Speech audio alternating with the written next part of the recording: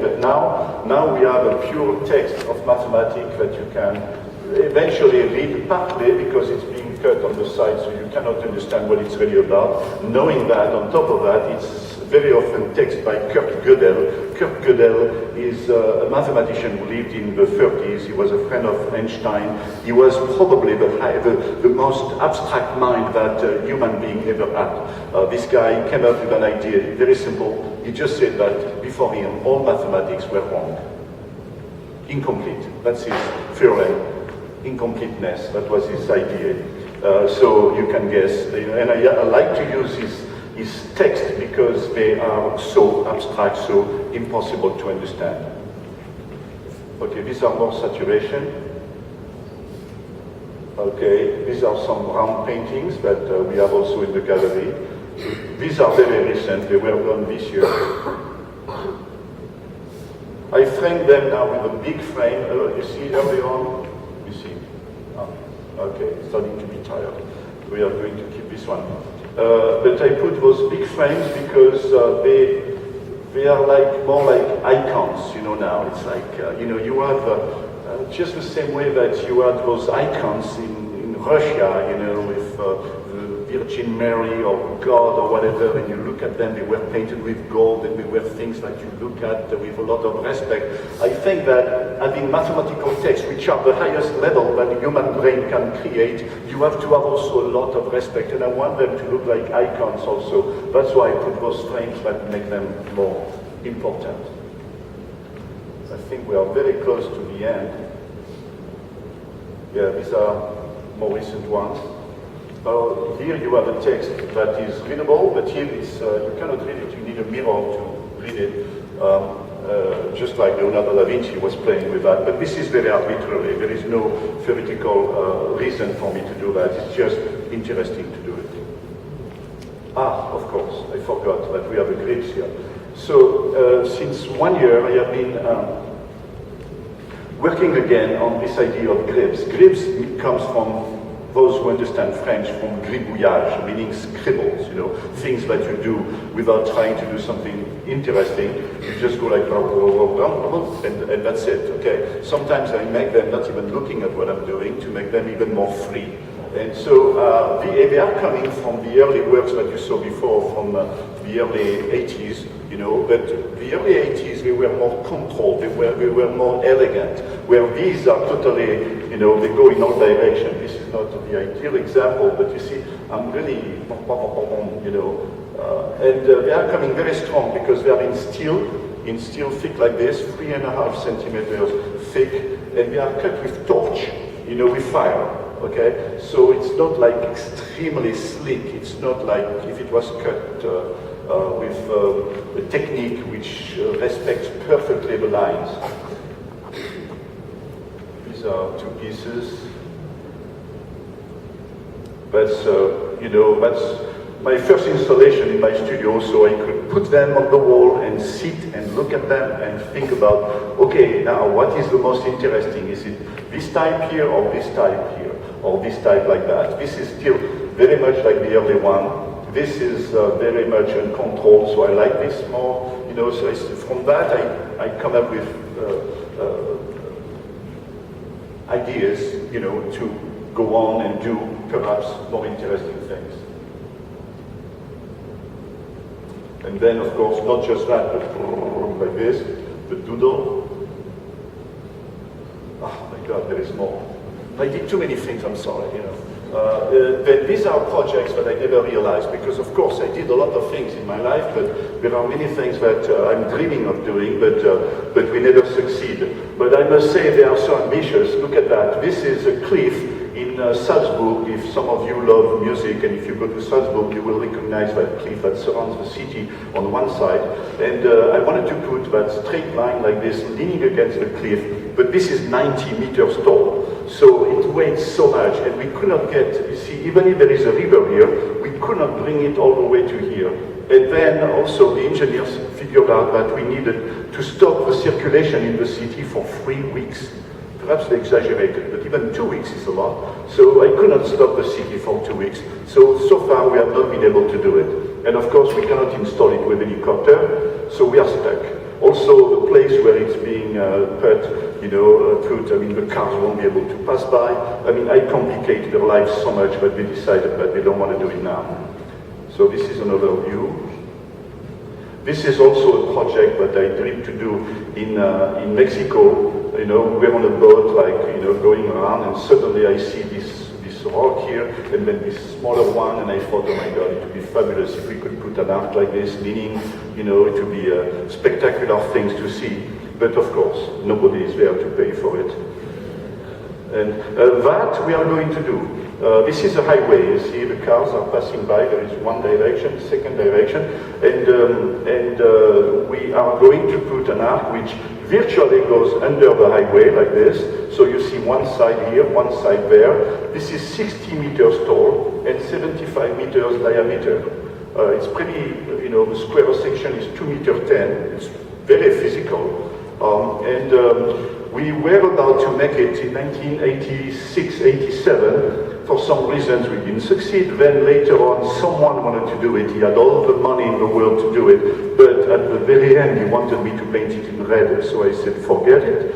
So now we are again with people who have the money to do it in a different place, and we should be able to succeed and make it. So it will be very close to Luxembourg. When you drive, from the north of Europe and you go to the south of France, you necessarily pass there.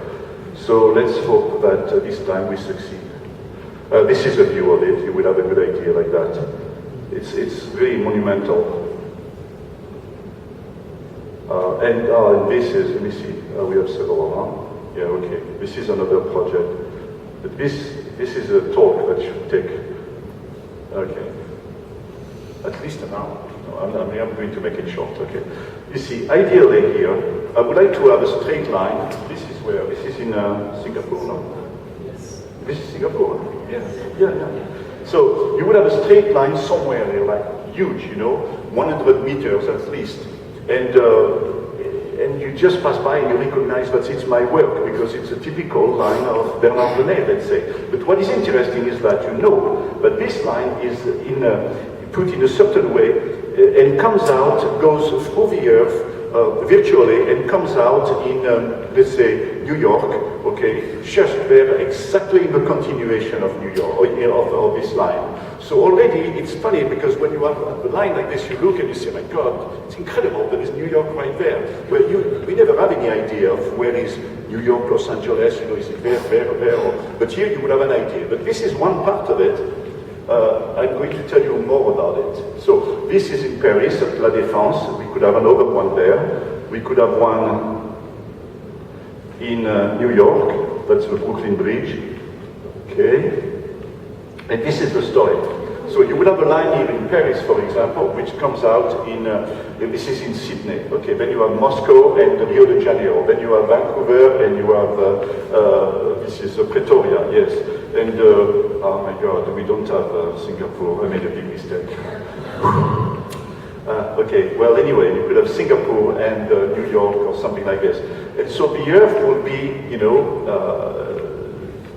the Earth will become a stand for my sculptures, and you would have all those lines like this. But what is interesting is that even in Paris, you could have a line going, yes, to Singapore, one to Sydney, one to South America, and this is what will be happening. Okay, you would have a line like this, and the people are just walking. This is the level, ground level. People are walking, they see the line, great, okay, that's a sculpture. But then they go down into a huge room, okay, in which they can see on the wall some huge screens, a little bit like this one. You see you have 4 screens, but here you would have like 100 or 200 screens, where you will see live what's going on the other side.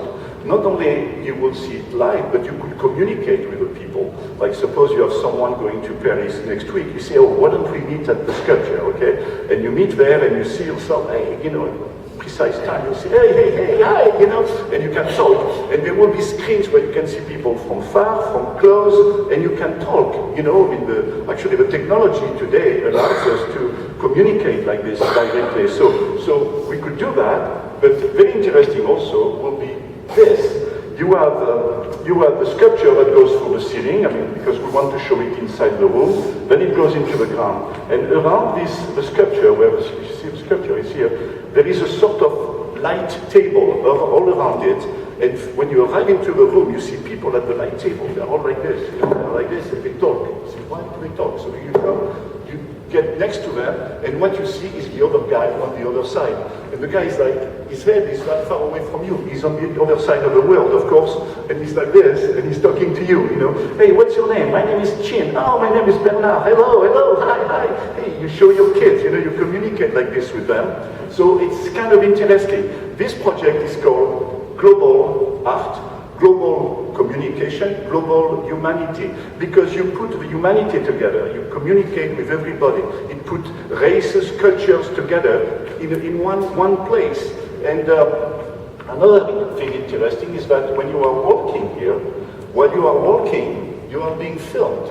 So you see the people upside down completely, you know, and the earth is thick like this suddenly, and Ptolemy, who said that the earth was flat, is right, you know, with me. And he would be very thankful if he met me. But you see, you have all those aspects. But there is one which is even more exciting.